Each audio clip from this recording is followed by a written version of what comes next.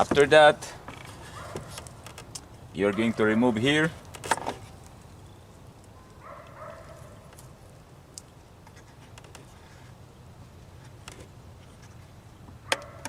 Then twist. You get new one and put it back.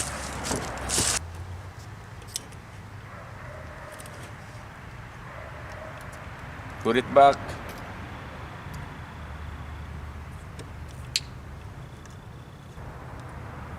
Find the groove. Then twist again. Put this connector back. That's it. Quick and easy. It's time to put it back now.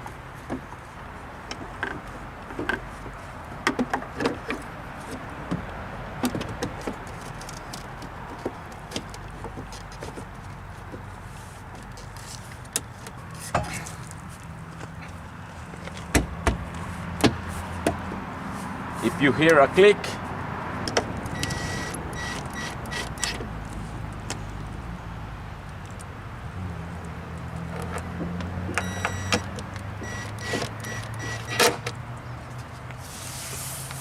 it's only takes 3 minutes.